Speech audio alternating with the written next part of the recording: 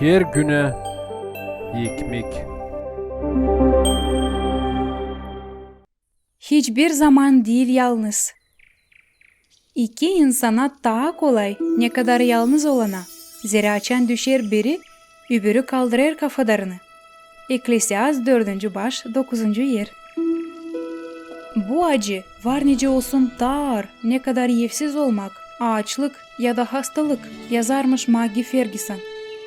Ne uğurçun o yazarmış? O yazarmış yalnızlık için.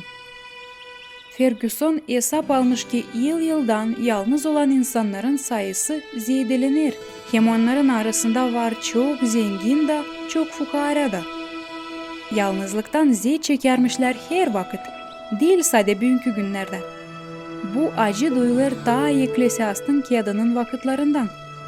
Salomon'un yazıları gösterir ne kadar güç varmış onun yüreğinde ondan ki yokmuş halis ilişkiler insanlarla.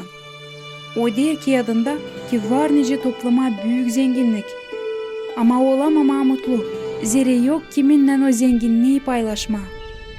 Ekklesiast kağıdın başka yerinde ise yazılı kafadarlık için ne kadar iyi açan yakındaki insanlar yardımlaşırlar zorda, ısıdırlar soğukta, hem koruyurlar ağır vakitlerde. Yalnızlık o büyük bela. Allah yarattı bizi insan arasında yaşama dini.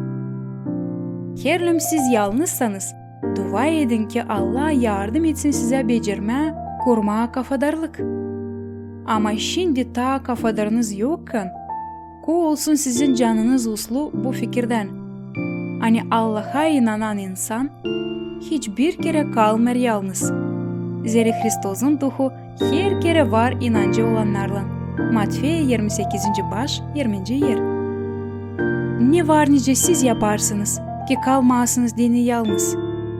Ne var nice yaparsınız ki kazanma dini kafadar.